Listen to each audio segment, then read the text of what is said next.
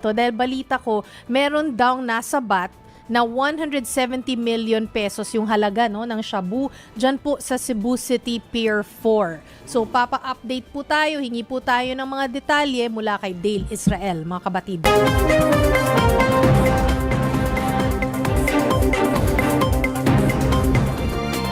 Gabi, Chiki, Mase at Jovi, na-intercept na ng mga PDEA agents ang shabu na nagkakahalaga ng 170 million pesos sa loob ng isang sasakyan na karga ng isang ro-ro vessel mula Masbate. Timbog ang isang 41 anyos na lalaki na si alias Edward kasama ang kanyang nanay na Edna na taga-barangay Ermita, Cebu City. Sa isang routine inspection sa Pier 4 sa Cebu City sa barko mula Masbate, napansin ng mga operatiba na hindi mapakali ang driver ng isang kotse. Kaya pinamoy ng isang K9 unit ang kotseng sedan at doon bumulagta ang 25 malalaking pakete ng shabu na inilagay sa karton.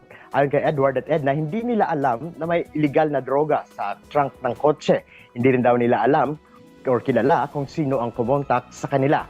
Ang sabi lang daw na 20,000 pesos ang bayad sa pag-drive ng kotse mula Alabang sa Muntinlupa patungong Cebu Cebu. Kasama ng PDEA 7 ang operatiba na din ng PNP, Philippine Coast Guard at Cebu Port Authority Police. Harap sa kasong paglabag sa Dangerous Drugs Act ang mga suspect at backtracking naman ang mga PDEA agents para matukoy kung sino-sino pa ang mga kasabwat sa shipment ng illegal na droga.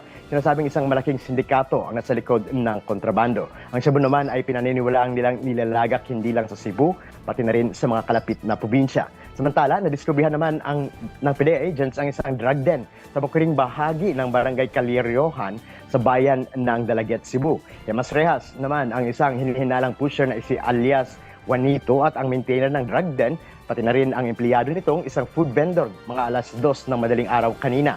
Nakuha sa bahay ang 14 na paketeng shabu na nagkakahalaga ng 340,000 pesos, pati na ang buy bust money na nagamit sa transaksyon. Sa Bohol naman, na-dismantle ang isang drug den sa Tagbilaran City na minimaintain ng mag-asawang Ruel at Marjorie sa barangay Cogon.